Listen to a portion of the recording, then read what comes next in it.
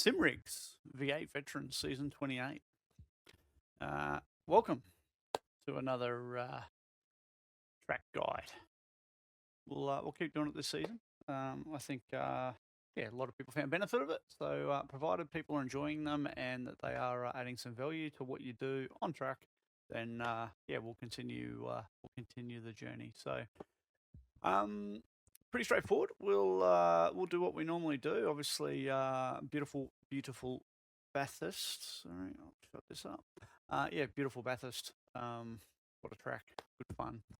This lap is a 2057. A few little mistakes in here. Over driving the car a little bit. I haven't been in the sim much.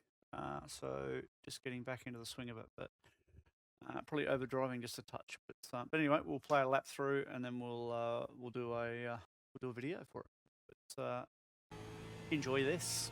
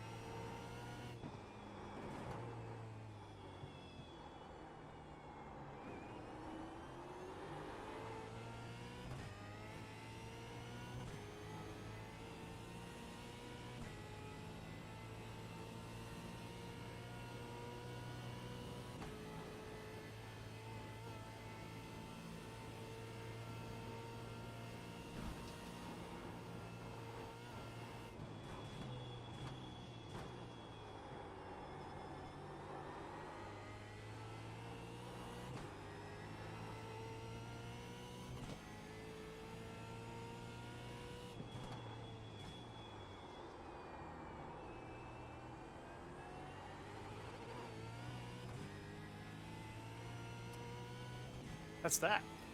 You all picked the mistakes. It's quite a few actually on that lap, which is why it wasn't the lap time that I know I should be doing. But that's okay.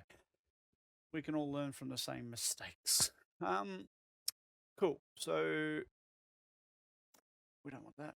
We don't want that. Do we want that? Probably do. Just might move that forward just a little bit though, because it's a little bit too far away, I guess. Anyway, that'll do. Cool. All right. So obviously, from a qualifying point of view, you want a nice clean exit onto the straight. You just want that in general. Leave that up. Pretty straightforward. Down, obviously, into one. So into one,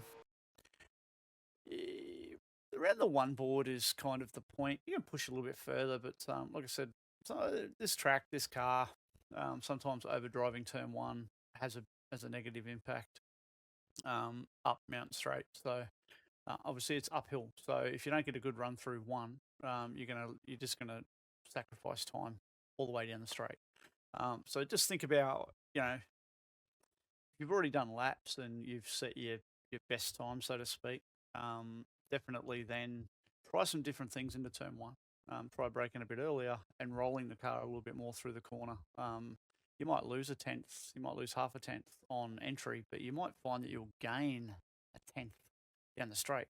So yeah, your net result's going to be, half a tenth up or something like that. But just I encourage you to try different things. Don't just keep doing the same. But for me, look, braking around the one board, pretty solid brake application, obviously, and then down to second gear. You can rotate the car in fairly early here. You want to get it in, nice trail brake all the way in. I'm a touch wide of the apex here. Now, for me, that's what I'm saying. I'm overdriving the car a bit, probably just braking a little too late.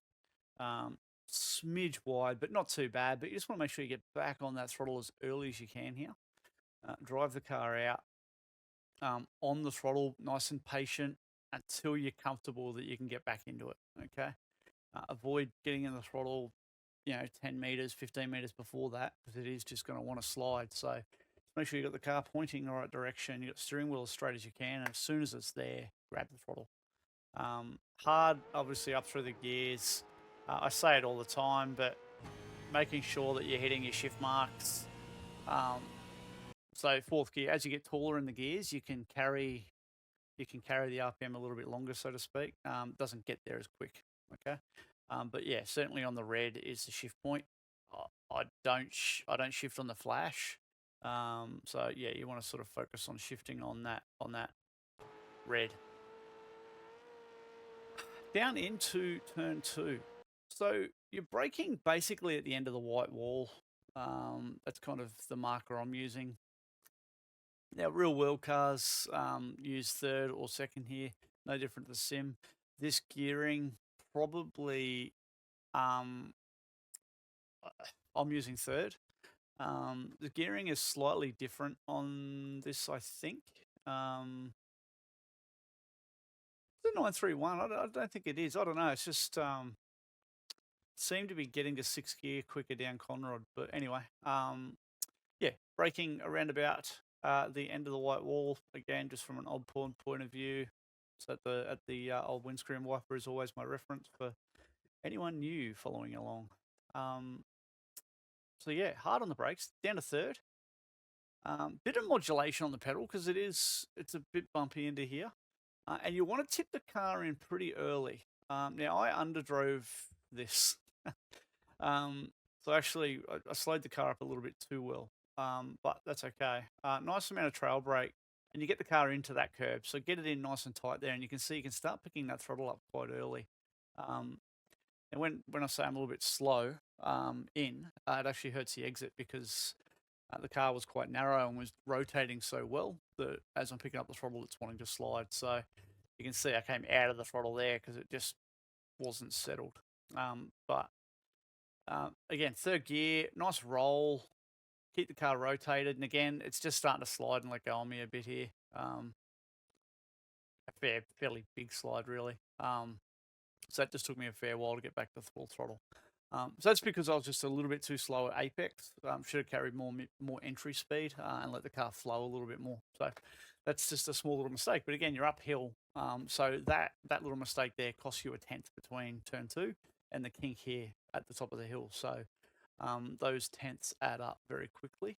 So especially around this track. But up into here, I go to fourth gear. I find just running on the limiter is too much. So fourth gear here versus running the limiter up here. I haven't tried third to see if there's an advantage into the next corner. Maybe fourth you're carrying a bit too much. I don't know, but so far it feels nice. So fourth gear for me, out to the wall, and then rotating back in. So full throttle a long way in, by the way, and still fourth gear. It's not until you sort of pitch the car in towards the wall that you back down a gear and brake. And you can see it's not a big brake. It's just a bit of a settling brake just to get a bit of weight on the nose of the car. In nice and tight to the wall. And then as you come through the wall, you can start just grabbing a little bit more brake pressure. Now, I run out to 3/4, well, pretty much full track, but I call it 3/4 in here. So about half to 3.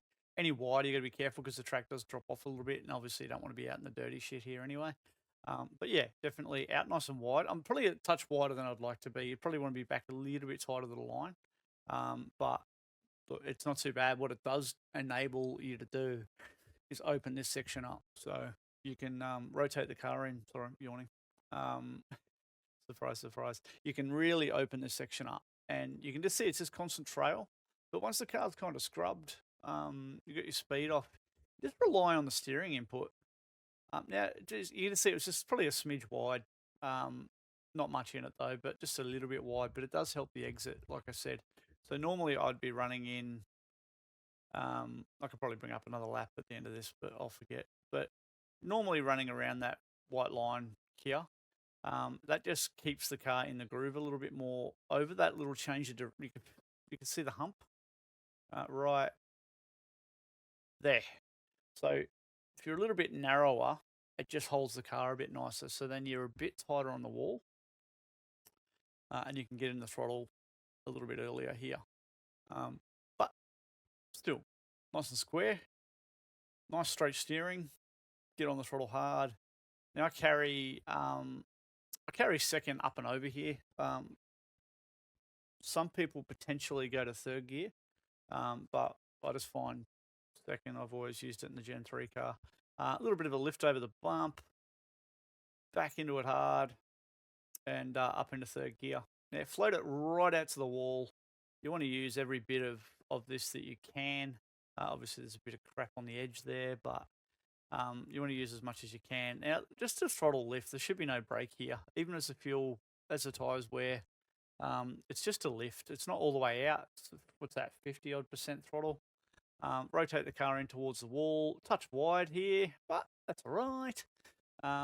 Definitely, yeah, get the car a little bit tighter on the wall here. The reason being, and that's probably just because I've just turned in a smidge late. Not much in it. But you can see it just puts you at an awkward angle here, which means you're just delayed. You can see I'm already starting to come off the throttle a little bit because it's delaying me squaring this up. So you see off the throttle a bit. I've finally got the car there, but now I'm turning quite hard left because I know that the car's having a bit of a slide.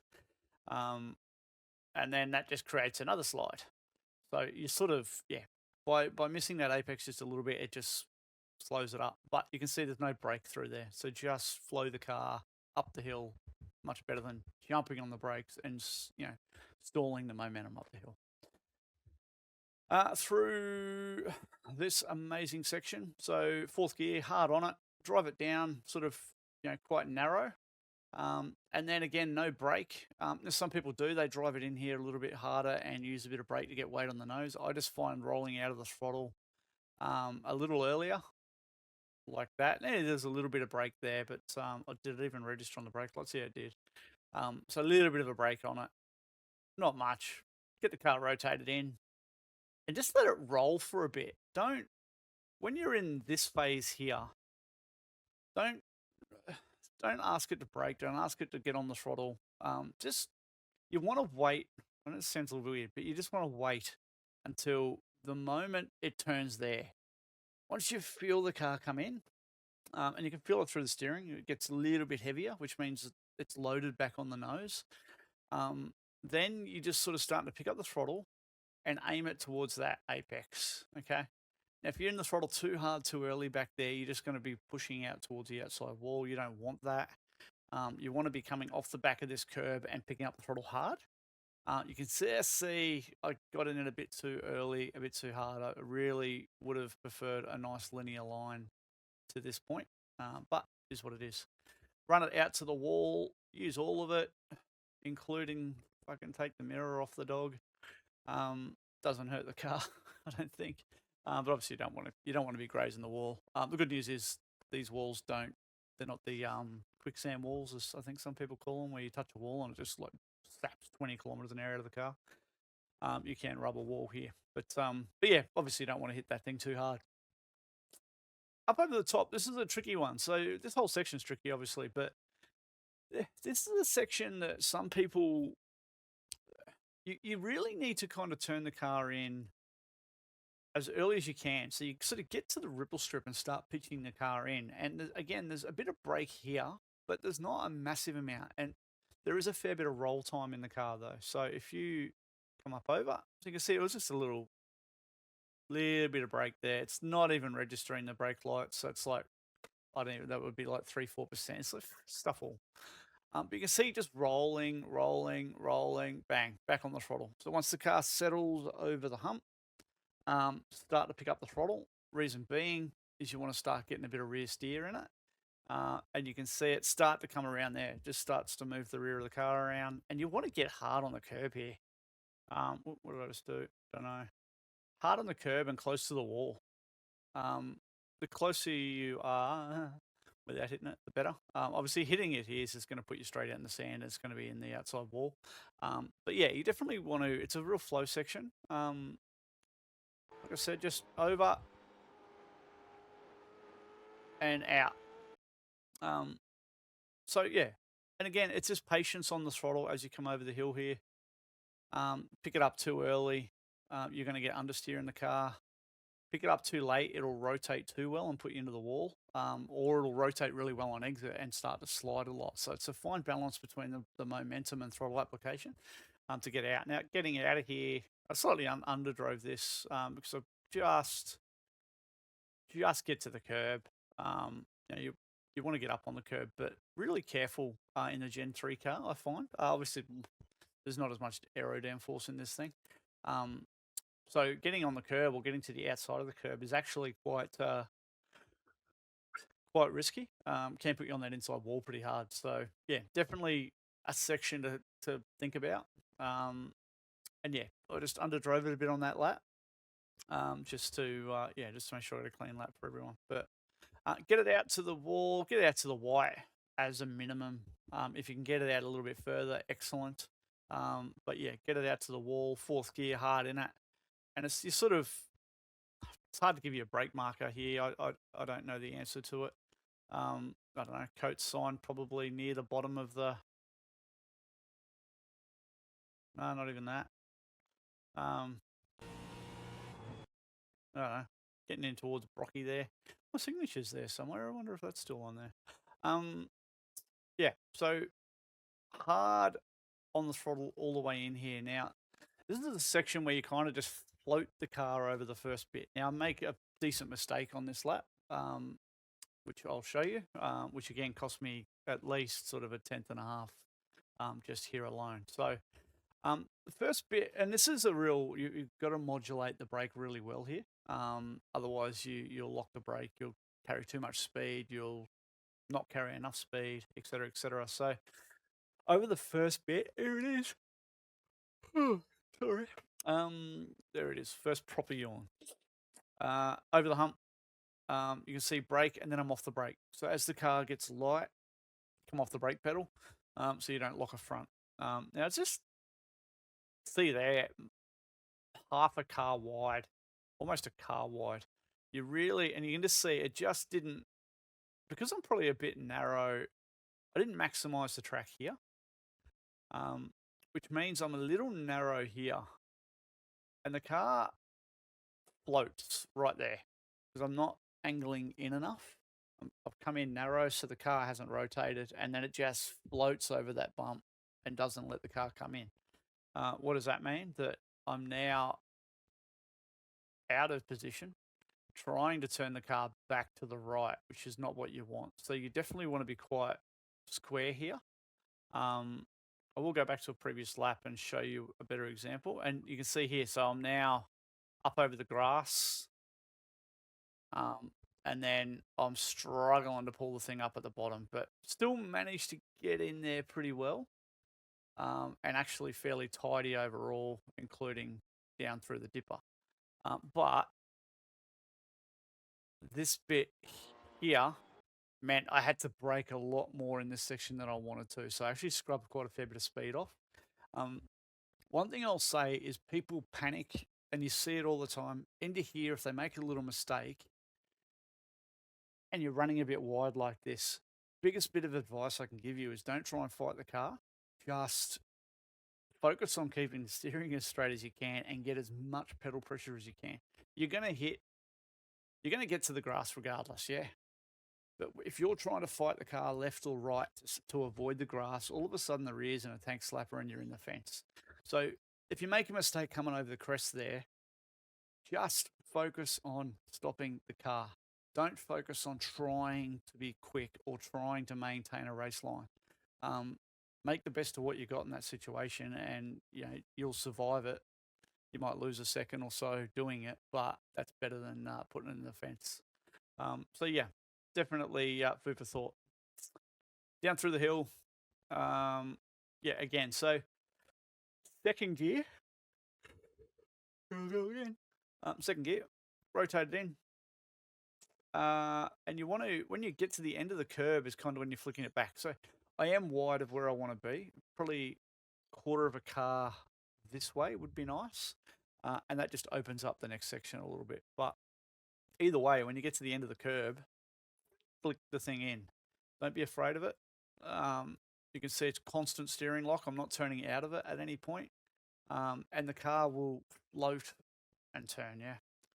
Picking up the throttle as soon as it starts to land. Okay, and then add a bit of a slide. Now, that was because I was wide. So that little slide there is a result of the past 6 seconds, 7 seconds of trying to stop the car. That's okay. You want to, it's like a Scandinavian flick. On a good lap, you want to just clip the grass on the way out of here and not have a holy shit moment like I did. But yeah, again, so flick in, bang, on the throttle, had a bit of a moment here. It actually gripped and flicked back in here hard. And then just sort of continued to slide a bit down the hill. Nice and tight on the wall here. Now I brake fairly early here. Again, I prefer to underdrive this section than overdrive it. Very easy to lock a front, and very easy to get a crap run on the conrod. So unless you're looking to make a pass, it's a pretty hard one to do here. Yawn counter. Anyone wants to drop a comment below on how many yawns in this video, do it. I'll give you a crisp high five. That's your prize. But yeah, nice and tight. So down to third, whole third, sorry, down to second at the apex. Now, you kind of run the car in 3/4. You can run the car in a little bit more aggressively here, but I tend to run about 3/4. Scrub off plenty in the middle of that, and you can see in and out of the brake on the way through here, and then into the brake again for that stop. Sorry, it was a bit of a shit how-to guide tutorial. So yeah, hard on the brake, clear it a bit as you come around just so you don't lock anything. And then once the car's square, bang, straight back on it again. Rotate the big dog in. And you want to get it in really nice and tight on the wall without clipping that little jut that sticks out. So it wasn't too bad, smidge wide. I did probably carry a little bit more speed in as a result of trying to make up a bit of time. But that's okay. Little slide on exit here, and there ain't nothing wrong with that, to be honest with you. A little bit of a slide, you're getting the power down. Yeah, obviously you don't want any slide, but let's get down Conrod. So yeah, avoid clipping the wall and saying g'day to DJ's fence, but or trees back then. But anyway, down the hill, don't push the wrong button. Just something I do. It's a GT thing, I think, is avoiding the crest in the road where you can. But yeah, anyway, I don't know if that actually has an impact in the supercar or not. But and I was speaking about gearing. The reason I say that is, 6th gear's here, whereas I feel like 6th gear was sort of much further up the hill previously. But it could be the lighter fuel. There is only 50 litres on board, so maybe that's got something to do with it. But a little bit of bouncy. Yeah, into here's always good fun. You tend to just pick up a bit of crap on the way in. A little bit of a lift. Car's not rotating very nicely through here. I know some docks you can pretty much get flat through here. I'm just lifting a bit to look after the front tyre, otherwise it just plows. And I just want to make sure I'm set up for the braking zone. So nice and tidy. Get it up onto the curb, back on the throttle a bit, and then bang on the pedal. So you're braking around, for me at the moment, around the 200 board, I think it is. Bonk. Bit past, so call it 180-ish from an Oni board. There's the 150. I'll creep that brake marker up as I go, but at the moment, just focusing on clean, productive laps. So yeah, and it's obviously hard on the pedal. It's what you do here. nice and consistent. Tip the car in, second gear. Don't be afraid of tipping the car in early if you feel like you're carrying a little bit too much entry speed. Tip it in early and attack the curb. Like, no big deal. So many people try to, just apex this a little bit late or something like that. If you're carrying too much speed in, just tip the car in. Okay, it may get a little bit awkward as it does on this. It may get a bit awkward on exit, but it's still going to be quicker overall than running a bit wide early here or running wide here. And you lose so much more speed as opposed to just a little bit of a slide in the car, which you'll see right about there. Okay, so again, another decent mistake, but still better than the alternative of not turning the car in, missing the apex, running wide, catching the grass here and running crap all the way around. So it's kind of a bit of risk mitigation. Hard on the throttle, so it was another bit of a slide, is what it is. Nice onto the curb there. Grab third when you're comfy, and then hard into the throttle out to the outside curb. The last stop here, I'm a visual person when it comes to a lot of like track shadows and things like that. There used to be a mark on the track here. Since the rescan, they've taken it away. I don't know where to brake. But look, you're braking around that 100 board from an onboard point of view. So there's your hunch. Again, I'm a bit early. On this lap, I was actually quite early. Decent brake application again. And I'm pretty sure I come in very narrow here. That's how early I was. When you'd say that's an absolute textbook apex. But yeah, probably just could have carried a little bit more speed, but it was pretty tidy. And then across the line for a 2:05.754. If we look at a couple of other laps, I'll just go back and look at a 9 that I, oh no, shit, that's not the one. The 8 that I did. Just to give you a couple of reference points. So this lap I actually felt like I pushed a bit harder in. Braked a bit better. Got the car stopped up onto the curb and bang, out I came. Much tidier there. That was a much cleaner turn 1. And a much cleaner turn 2. So you can just see the difference. Oop, let's go back. So braking similar spot. But just stop the car a bit better earlier. And then nice on the throttle all the way out. So you can just see the difference there. Up through here. So you can just see what I was saying. So probably a tyre width narrower. Okay. And the car gets into there better. You just see straight away. It's in a bit tighter. It's in a bit cleaner. And it comes out of here much better as opposed to a slide. So that's definitely a big difference. And then as we come up over the hill, a little bit tighter in here as well. Bang on the curb, cleaner. So just those couple of little subtle differences. Now you can see there is a good example of a bad thing to do. So I was talking about picking up the throttle too early.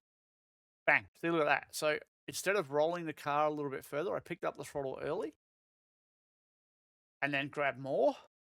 And straight away, what happens? I've just got understeer in the car. And then I'm out of the throttle, yeah, back in the throttle. So you can see that's just an example of picking up the throttle a little bit too early has such an impact as opposed to letting the car roll a little bit better. Over there was quite decent again. Okay, so into here. So you see a little bit more track width used on this lap. A little bit more. Could still maximize it a touch more. You can see I've got the car pitched in much nicer here. Still a bit wide, but not as bad. And then that helps the car just settle a little bit more over the curb. And then I can get the car in tight on the wall here. That's where you want to be. And then you're flicking the thing square back. And then out of there, you're then straight. So you can see that difference coming down the hill, just that half, not even half a car, it's like a tyre width, yeah? So a tyre width, the difference makes roughly half a car difference there. Now, if I actually maximize it the way that I should and get out to this wall a little bit more, you can see how much more that opens it up. And then I would be in here. which is where I want to be. Nice and tight. But you can see all the way down the hill, I've got more control of the car there. I can stop the car better there, and bang, it's in tighter on here. And then when you're flicking the car back, it's in a better position. Comes off this corner nicer because you're not sliding too much. And then bang, all the way down the hill is just a better run.